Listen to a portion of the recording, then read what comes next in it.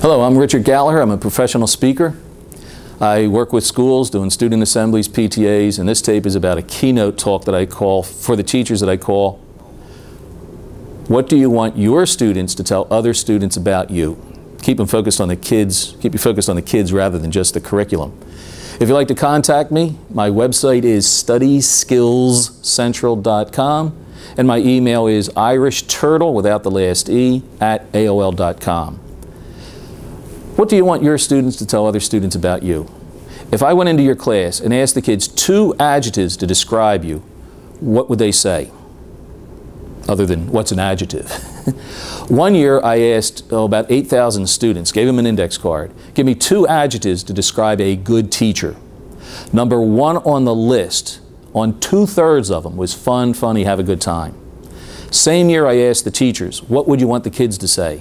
Number 1 on the list from the teachers was fair. Fair.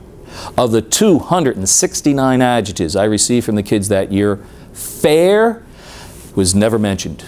They expect a teacher to be fair. It's when you are unfair to them or somebody else that they will remember you by name at class reunions. I'll talk about popsicle sticks later to keep a lottery system going, but right now I want to give you one that I picked up from Zig Ziglar years ago.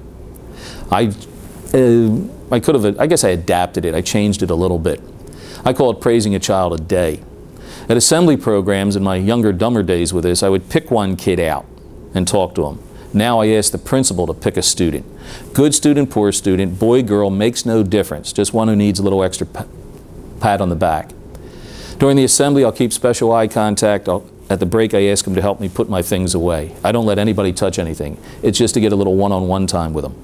I'll give you the shorter version of this. First, I'll ask the kid, what idea did you like out of the How to Study Assembly program? How are your grades? Then I'll say, I picked you out for a special reason. I lie to him. I lie to him. I say about every 2 or 3 months, I try to do this every assembly. I picked you out for a special reason. We had special eye contact. I could see that we had rapport. There were a lot of children born the year you were born. I have a feeling that you were put on this earth for a special purpose. I don't know if you're going to be the best mommy or daddy in the world. Maybe you're going to find one of the cures for cancer. But if you go to work on a regular basis, you can have anything you want out of this life. So I'll give them a set of brain teasers because I enjoy those and a pen and send them on their way. Does that make any difference? I don't know. I rarely see the kids again. But I remember one time that was in elementary school, I'm doing the high school later, bringing my stuffs up, and a girl comes over and said, "Mr. Gallagher, can I take your bag?" Like, how do you know me? "Oh, you told me a couple years ago that I was going to make it, and I know I'm going to make it. I'm going to make it." I did a PTA program after the assembly program. The principal came up afterward. It was a K-8 building. And said, "You know that guy that was talking to you?" I had to ask somebody who that is, because I never saw the guy. He was a father of one of our 8th graders. He had never set foot in the building until that night. And he came up to me and he said, "I don't know what you said to my son today, but I asked him what happened in school today. We never get anything out of him. This time he just talked and talked and talked and talked." You can make a change. How many kids are in your building? Divide by 180 school days. I don't know how many that is, 1, 2, 3 a day.